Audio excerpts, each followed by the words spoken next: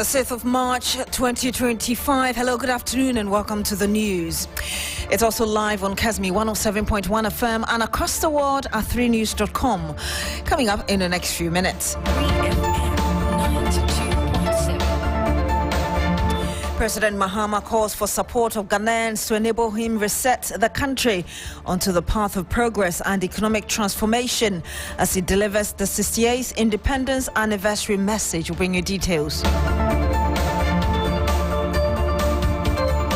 Also coming up, officials launch investigations to unravel the cause of explosion and fire incident that claimed 3 lives at Konongo Odumase in Ashanti region.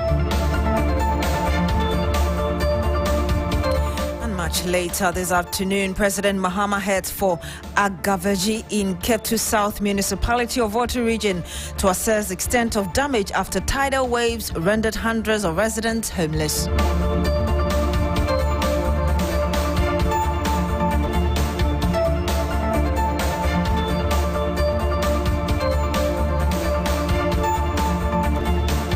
Very much for joining us now. President John Mahama is urging Ghanaians to join forces with the government to undertake its programs aimed at transforming the economy. Addressing the 68th Independence Day event at the forecourt of the Jubilee House, President Mahama asked Ghanaians to support his policies. While marching straight back to the donors, into the hands of the donor agencies, begging bowl in hand is really meaningless. To break this cycle of dependence and reset our economy, my administration is formulating policies based on fiscal discipline and living within our means.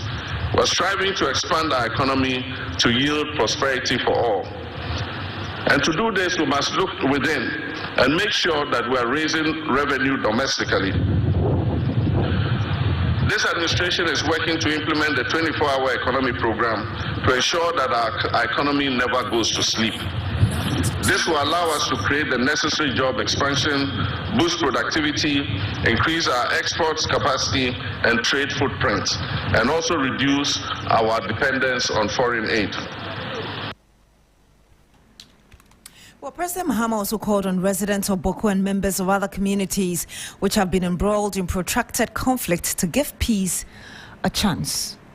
My brothers and sisters, Dr. Kwame Nkrumah understood the essence of unity, not only in Ghana but on the entire African continent, when he said, and I quote, "The forces that unite us are inherently and far greater than the divisions imposed upon us." In the spirit of unity and brotherhood that this independence represents, I wish to speak directly to you, my brothers and sisters, in Boko and everywhere in our land where conflict is raging. I do not speak as president, but as your son and brother, in whose hands you have entrusted a solemn duty.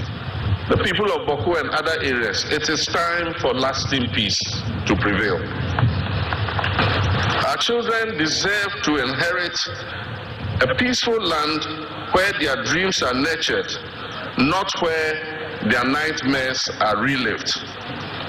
They deserve to inherit a land where our markets are bustling with trade, not tension and conflict. They deserve to inherit schools that echo with learning and not melancholy. Let us not be swayed by division, mistrust, and the weight of past injuries. Let us give renewal of friendship a chance. Let us give peace a chance.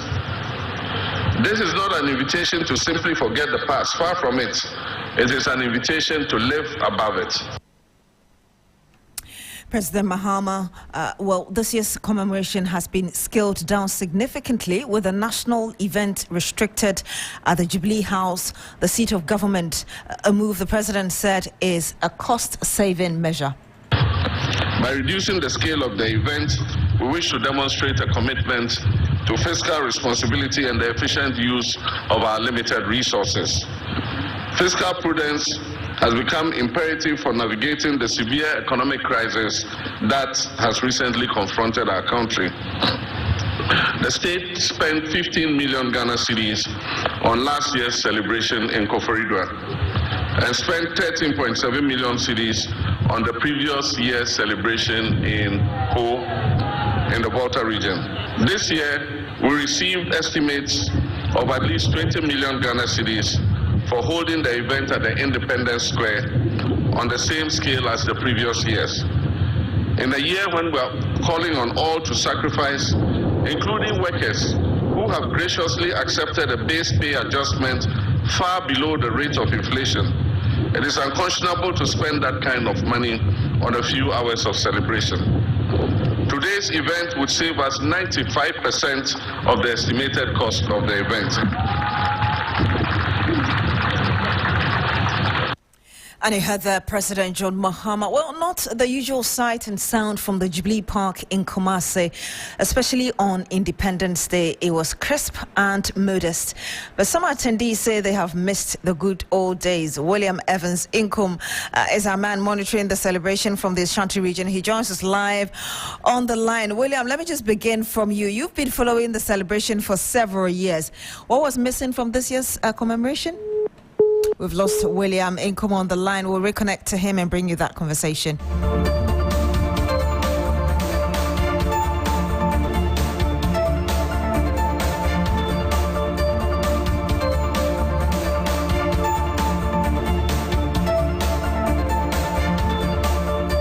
Whilst we try to connect to William, the Convention People's Party has urged Ghanaians to rally behind President John Mahama's vision to reset the country, calling for national reflection, review and rebuilding of the economy. The party says the initiative outlined by President Mahama will benefit all Ghanaians, regardless of political affiliation, creed or ideology, if successfully implemented. In a statement issued today, the CPP commended the president for his decision to scale down the 68th Independence Anniversary commemoration, saving the nation 13.5 billion Ghana cedis, an amount they stated represents 90% of the previous cost. The party had in the past called for a boycott of Independence Day celebrations until the country was in a better state.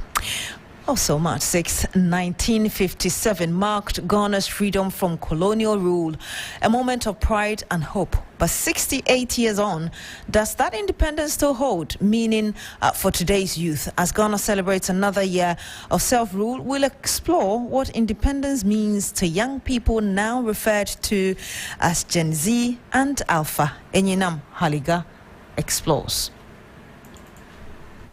Ghana, your beloved country is free forever.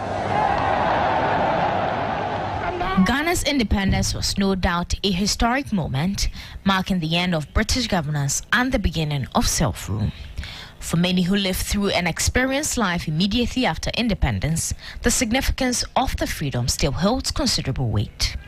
Born in the digital age, Gen Z has access to history like never before, but with new influences, changing values and shifting national priorities, how do they see Ghana's independence story?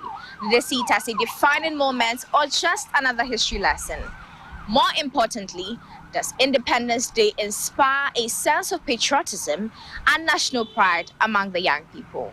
I think we can do better in terms of the word independence, because independence will mean that we need to be independent financially, economically as a country. The younger ones have to come to understand the importance that is associated with the Independence Day celebration. You know, if once you get the actual essence that comes from the fact that you were under colonial rule for a long period of time, and then you were able to break free. It's not an easy process. I believe it went through a lot of processes before we got there.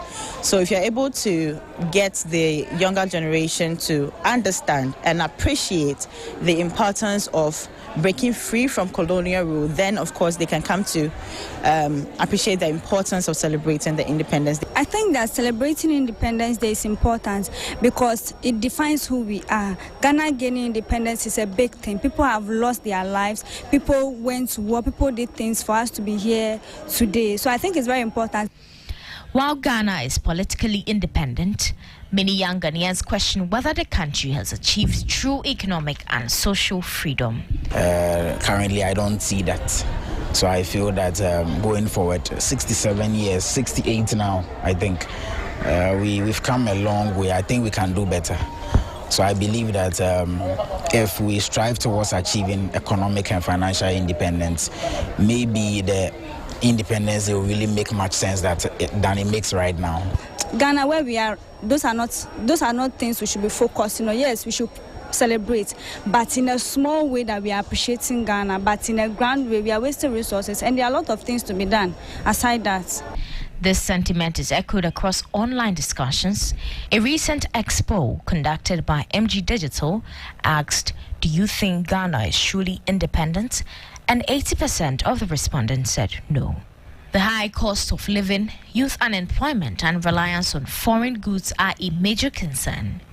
Many Gen Zs believe that true independence should mean economic empowerment, job opportunities in local industries, thriving without external dependence. Ernesto Yeboah leads the Economic Fighters League. He believes Ghana's younger generation, despite their concerns, must not lose the significance of the independence fight. As for the conversation, it would continue. It has never stopped. But it is the attention that has to be drawn to it, that these things that we are talking about are fundamentally about our autonomy as a state. So if we young people sit back and say, oh, we voted and then that's just it, and we don't feel responsible to hold them accountable and to ensure that they do what we want, they will sell this country and we would all have to get out one day.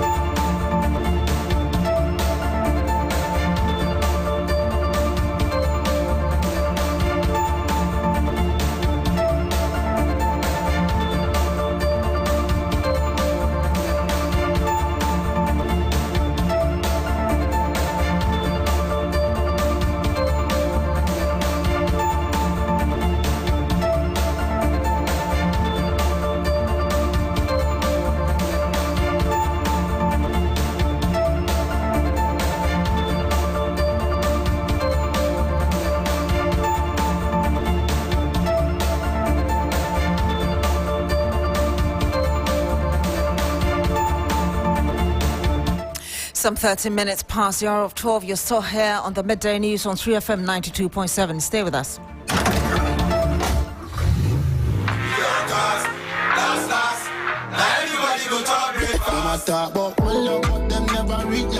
Hey, ready to make your drive home epic? It's the 3FM Drive with the one and only Giovanni Killen right here on 3FM 92.7. Weekdays, 3 p.m. to 7 p.m. We're transforming your commute into a top-tier experience. Need a pick-me-up? Our music belt is pure energy, pure vibes. Stay ahead with the Drive Sports, bringing you the latest scores and highlights. Curious about the stars? We've got all the hottest trends, celebrity profile interviews, plus DJ faculty has got you.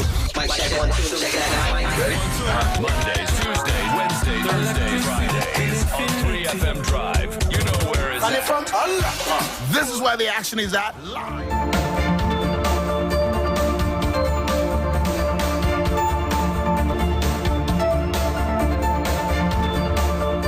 And you're still here on the Midday News on 3FM 92.7. Now, 3 persons have been confirmed dead in a fire incident at Konongo, Odumase in the Ashanti region. The fire reportedly broke out in one of the shops selling dynamite and other explosives used by local miners, triggering a powerful blast that damaged buildings and sent shockwaves through the area.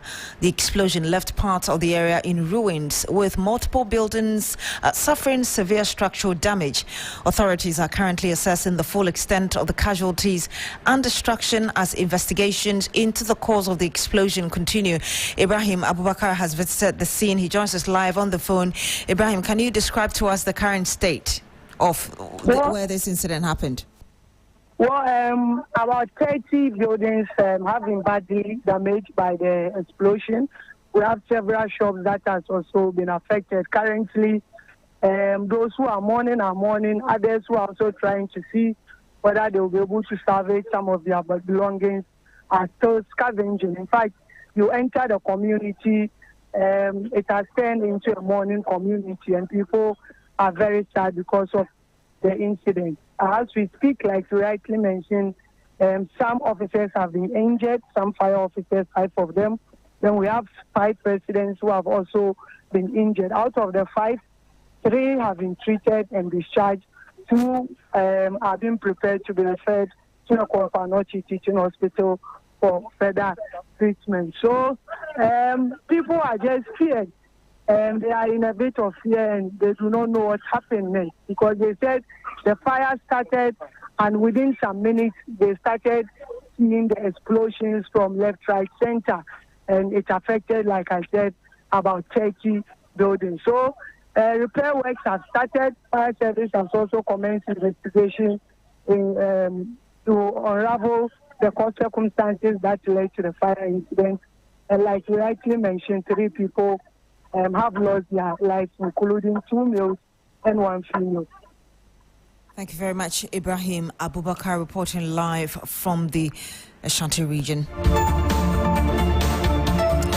And that's it for the news here on 3FM 92.7. Log on to 3news.com for more news. Have a good afternoon and happy Independence Day.